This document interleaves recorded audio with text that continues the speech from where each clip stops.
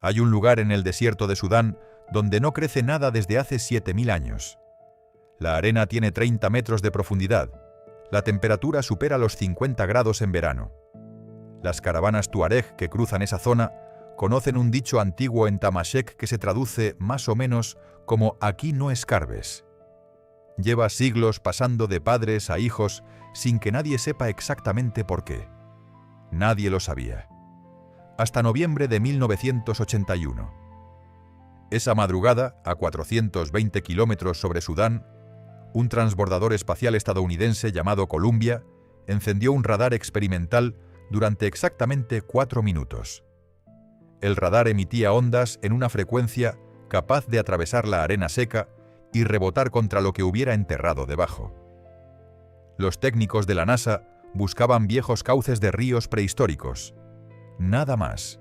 Una cartografía rutinaria. Las cintas magnéticas, con los datos, llegaron al Jet Propulsion Laboratory de Pasadena 3 semanas después. El geólogo que las procesó, John Macaulay, del Servicio Geológico de los Estados Unidos, pasó 18 horas seguidas frente a la pantalla sin avisar a nadie.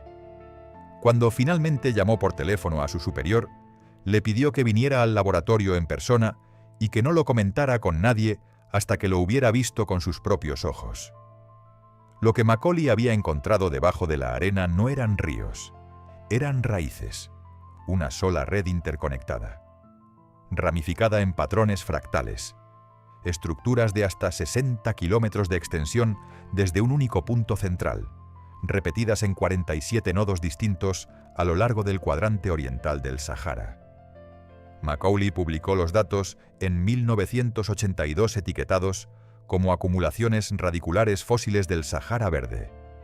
La descripción era falsa, y él lo sabía. Ningún árbol que haya existido jamás en la sabana africana, ningún baobab, ninguna acacia, ninguna palmera datilera, tiene un sistema radicular que llegue ni a la milésima parte de esa distancia. Lo que el radar había detectado debajo de Sudán pertenecía a algo que no encajaba en ningún manual de botánica del siglo XX. Y los tuareg, sin saber leer una sola línea de imagen satelital, llevaban 1000 años diciéndole a sus hijos que en ese lugar no se escarba. Este es el territorio en el que entramos hoy. No mitología, datos de radar publicados, mediciones reales. Anomalías que la geología actual lleva 4 décadas explicando con respuestas que, miradas de cerca, no terminan de cerrar. Esto no es folclore, esto no es teoría de blog, esto es lo que sigue ahí abajo, esperando. Bienvenido. Empecemos por algo que sí está aceptado por la ciencia oficial. El Sahara no siempre fue un desierto. Entre el 10.000 y el 4000 a.C., durante lo que los climatólogos llaman el período húmedo africano, esa extensión de 3,5 millones de kilómetros cuadrados fue una sabana tropical comparable al Sahel actual. Había ríos permanentes. El lago Megachad fue más grande que el actual mar Caspio. Había hipopótamos, jirafas, elefantes. En el macizo de Tassili Najer, en el sur de Argelia, hay pinturas rupestres declaradas Patrimonio de la Humanidad por la UNESCO, donde se ven jirafas pintadas a tamaño real por seres humanos que las vieron pasar. Las pinturas tienen entre 6.000 y 10.000 años. Y había árboles, bosques densos, sistemas radiculares. Cuando el clima cambió alrededor del 5000 a.C., esos bosques murieron. Las raíces se descompusieron. La arena cubrió todo. Hasta aquí, ciencia establecida. Pero las raíces que el radar del Columbia detectó en 1981 no encajan en escala con ningún tipo de vegetación que pudiera haber crecido en el Sahara Verde. Los baobabs, los más grandes de África, extienden raíces hasta 90 metros desde el tronco. No 60 kilómetros. 60 kilómetros son 600 veces más que la raíz del baobab más grande documentado. Es como si un solo árbol hubiera extendido sus raíces desde el centro de Madrid hasta Toledo. Una sola raíz, conectada a un solo tronco, que ya no está. Macaulay los mencionó, no los desarrolló. Los archivó como acumulaciones fósiles y siguió adelante. La cuestión se cerró oficialmente durante 33 años, hasta 2017. Ese año, un geólogo argentino llamado Eulalio Ferrán Castedo, especialista en hidrología fósil, profesor del CONICET en Buenos Aires, 52 años, sin agenda mediática, sin libros publicados, sin canal de YouTube, descargó las imágenes originales del SIR-A desde un archivo abierto de la NASA. Las descargó por aburrimiento, durante una baja médica por una operación de rodilla. Cuando volvió al trabajo 4 meses después, había contado las ramificaciones de cada nodo, una por una, a mano, con un cuaderno. 47 nodos centrales, cada uno con ramificaciones que se extendían entre 30 y 60 kilómetros desde el centro. Ferrán Castedo aplicó algoritmos modernos de análisis de patrones que en 1984 no existían y descubrió algo que Macaulay no había podido ver con la tecnología de su época. Las ramificaciones no eran caóticas. Seguían un patrón fractal idéntico al de cualquier sistema radicular biológico moderno. La misma matemática que rige las raíces de un manzano, escalada 600 veces. Eran árboles, pero no árboles que hubieran muerto y se hubieran descompuesto. Árboles cuyas raíces por algún motivo no se habían descompuesto del todo. Estructuras subterráneas todavía mineralizables, todavía detectables, todavía conectadas a lo que había sido alguna vez el centro. Ferrán Castedo publicó sus hallazgos en marzo de 2023 en una revista regional argentina, la Revista de la Asociación Geológica Argentina. 16 páginas. Título: Anomalías estructurales en el subsuelo del Sahara Oriental. Una reevaluación de los datos del SIR-A. 3 meses después de la publicación, el artículo fue retirado del archivo digital de la revista por errores en la metodología de procesamiento de imagen. Las copias físicas siguen existiendo. Una está en la Biblioteca Nacional Mariano Moreno en Buenos Aires. Otra está en el Museo de la Plata. A Ferrán Castedo le quitaron la cátedra el año siguiente bajo el pretexto de una reestructuración del departamento. Hoy trabaja como consultor independiente en hidrología minera para una empresa pequeña en Mendoza. Cuando se le pregunta por los hallazgos del Sahara, dice solo una frase, siempre la misma: los datos están ahí. Si alguien los quiere revisar, los puede revisar. La pregunta que cualquiera con conocimientos básicos de biología se hace al ver los datos de Ferrán Castedo es la misma. ¿Qué tipo de árbol tendría un sistema radicular de 60 kilómetros? La biología vegetal moderna tiene una respuesta clara: ninguno. Existe una proporción matemática estable entre la masa aérea de un árbol y la extensión de su sistema radicular. Cuanto mayor el árbol, mayor la red de raíces. Pero esa proporción no es ilimitada. Los árboles más grandes conocidos hoy, secuoyas gigantes, eucaliptos azules, baobabs sagrados, tienen sistemas radiculares de entre 30 y 100 metros desde el tronco. 100 metros, no 60.000. Para que un árbol tenga un sistema radicular de 60 kilómetros, manteniendo las proporciones biológicas conocidas, su masa aérea tendría que estar fuera del rango de cualquier organismo vivo contemporáneo. Un equipo de investigadores independientes de la Universidad de Granada aplicó esas proporciones sobre los datos publicados por Ferrán Castedo en 2024.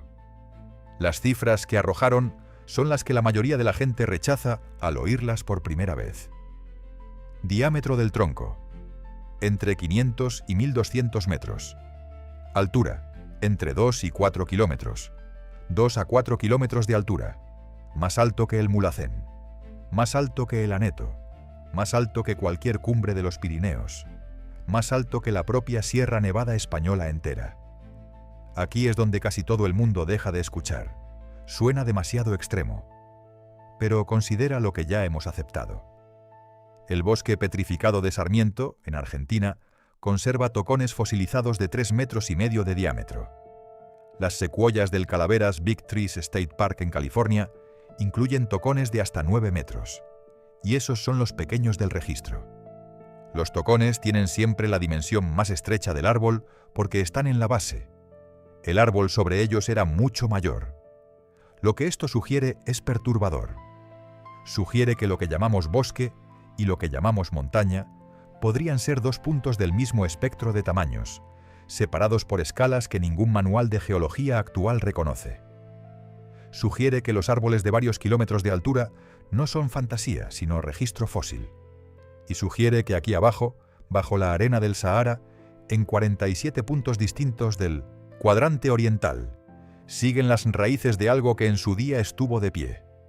En la región central de Mauritania, en una llanura desértica que durante siglos fue cruzada por caravanas que nunca pudieron verla desde el suelo, existe una estructura geológica circular conocida localmente como Gelb Richat y popularmente como el Ojo del Sahara. Mide 50 kilómetros de diámetro. Tiene 3 anillos concéntricos perfectos. Es visible desde la órbita baja. Durante décadas, los astronautas la usaron como punto de referencia visual para orientarse al sobrevolar el norte de África. La geología oficial la describe como un domo erosionado, formado por levantamiento volcánico y posterior erosión diferencial, datado entre 100 y 500 millones de años. Pero el ojo plantea problemas. Si fuera el resultado de un impacto de meteorito, debería contener cuarzo de impacto. No lo contiene. Si fuera un domo volcánico, debería contener material volcánico significativo. No lo contiene. Si fuera erosión natural, los 3 anillos no serían matemáticamente proporcionales. Las mediciones recientes con LIDAR muestran que las distancias entre los 3 anillos siguen una proporción geométrica casi exacta. Y aquí está el detalle menos discutido públicamente. Bajo el Ojo del Sahara, en el centro exacto del círculo más interior, las imágenes radar del SIR-A muestran la concentración más alta de las estructuras radiculares de toda la red identificada por Ferran Castedo. Como si el Ojo del Sahara fuera el lugar donde estuvo de pie el árbol más grande de todos. Como si los 3 anillos concéntricos no fueran un domo geológico, sino los anillos de crecimiento de un tocón petrificado y enterrado de 50 kilómetros de diámetro. Esto es lo que ciertos investigadores independientes llaman la hipótesis del tocón de Mauritania. Una hipótesis sin pruebas concluyentes. Pero también sin refutación concluyente. Porque las excavaciones necesarias para confirmarla o desmentirla no se han realizado, no por imposibilidad técnica, sino porque ningún equipo institucional ha estado dispuesto a financiarlas. El Ojo del Sahara sigue ahí. 50 kilómetros de diámetro, perfectamente visible desde el espacio. Sin explicación que cierre. Esto no es un fenómeno exclusivo del Sahara. El mismo patrón aparece con variaciones regionales en otros lugares donde las condiciones permiten la conservación de estructuras subterráneas durante periodos extensos. En el noroeste de la provincia de León, en España, existe una formación que la historia oficial identifica como una antigua explotación de oro romana. Se llama Las Médulas. Fue declarada Patrimonio de la Humanidad por la UNESCO en 1997. La descripción oficial dice que los romanos, a partir del siglo I después de Cristo, demolieron las montañas usando una técnica hidráulica llamada ruina montium. Lavaron el material desprendido para extraer el oro y dejaron tras de sí el paisaje rojizo y ondulado que hoy se puede visitar. Esta historia tiene problemas. Primero, la cantidad de oro extraído de las médulas, según los registros romanos, fue de unos 165.000 kilogramos. Pero la cantidad de tierra desplazada para extraerlo, calculada por los geólogos modernos, es entre 5 y 10 veces superior a lo necesario para esa cantidad de oro a las concentraciones documentadas en la zona. Los romanos movieron muchísima más tierra de la necesaria. Segundo, los cortes que se ven hoy en las paredes de las médulas son los mismos cortes paralelos, horizontales, espaciados con regularidad casi geométrica, que aparecen en los cañones del oeste americano, en Petra, en Sacsayhuamán. Tercero, y aquí está el detalle más perturbador. Bajo las médulas, según prospecciones geofísicas realizadas en 2003 por la Universidad de León, pero nunca digitalizadas, hay vacíos subterráneos cuyo patrón es consistente con sistemas radiculares de gran escala. Las médulas no fue solo una mina romana. Fue, antes que mina romana, algo más antiguo. El mismo patrón, a menor escala, aparece en las Bardenas reales de Navarra, a escala mayor en el desierto del Gobi de Mongolia. En el Atacama chileno, según informes técnicos filtrados de consorcios mineros de litio, hay anomalías de subsuelo de patrón biológico a profundidades de entre 15 y 40 metros. Esas anomalías no son objeto de estudio académico abierto porque las empresas mineras tienen contratos de confidencialidad con el Estado chileno que cubren toda la información de subsuelo. El patrón se repite. Zona árida sin vegetación moderna. Estructuras subterráneas anómalas.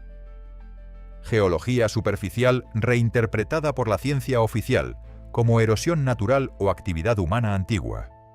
Cualquier propuesta alternativa silenciosamente bloqueada. Y debajo esperando las raíces. Abre Google Earth. En el buscador escribe estas coordenadas exactas: 21 grados, 7 minutos, 42 segundos norte, 11 grados, 24 minutos, 18 segundos oeste. Pulsa. Lo que se va a abrir delante de ti es la vista cenital del Ojo del Sahara, en Mauritania. Hazle zoom. Mira los 3 anillos concéntricos. Mira la perfección geométrica de las distancias entre ellos. Mira la circularidad exacta. Mira el punto central. Y hazte una pregunta.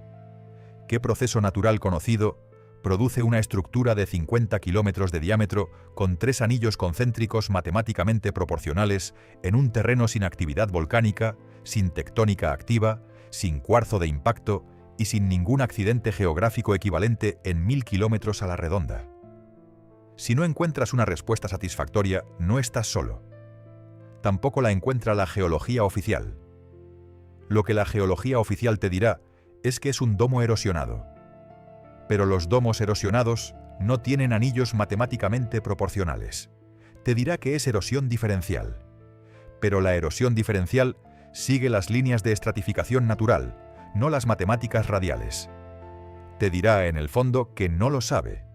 Y debajo de ese círculo perfecto, según las imágenes radar de 1981, está la concentración más alta de raíces de toda la red. Como si algo, hace varios miles de años, hubiera estado allí de pie. Algo que ya no está. Pero cuyas raíces siguen ramificándose, en silencio, 60 kilómetros bajo la arena, esperando a alguien que pregunte en serio. Las raíces no necesitan que les creamos. Han estado ahí durante el periodo de tiempo, sea cual sea, que nos separa de la biosfera que las produjo.